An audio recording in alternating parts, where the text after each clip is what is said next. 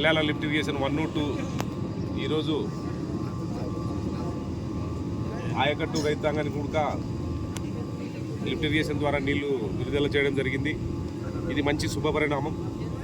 ఎందుకంటే తెలుగుదేశం ప్రభుత్వం వచ్చిన తర్వాత విస్తారంగా వర్షాలు కురిసి కర్ణాటక కానివ్వండి, మహారాష్ట్ర కానివ్వండి, కృష్ణమ్మ బిరబిర పొంగుకుంటూ వచ్చి శ్రీశైలం ప్రాజెక్టు నిండి కింది సాగర్ వైపు కూడా పరుగులు తీయడం జరిగింది.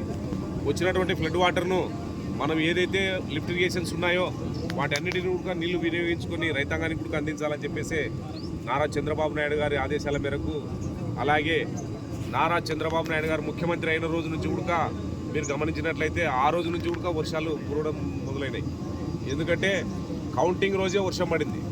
అప్పటి నుంచి వాతావరణం అంతా కూల్గా అయ్యి కూడా ఒక అనుభవజ్ఞుడైనటువంటి చంద్రబాబు నాయుడు గారు ముఖ్యమంత్రి అయిన తర్వాత మీరు చూసినారు, ఏదైతే చెప్పిన మాట ప్రకారం ఇచ్చినటువంటి వాగ్దానాలన్నీ కూడా పూర్తి చేయడం జరుగుతుంది.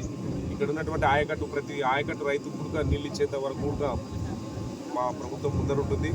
ఎందుకంటే నిన్ననే ఐబీ మీటింగ్లో చెప్పడం జరిగింది. ఇక్కడ ఏదైతే మాకు జీవో నంబర్ 10 ఇచ్చేసి మాకు రావాల్సినటువంటి గ్రావిటీ ఫోర్స్తో రావాల్సినటువంటి వాటరు ఆ రోజు అనంతపురం రైతులకు తరలించడం జరిగి పెన్నా హోకుల రిజర్వాయర్కి తరలించారు.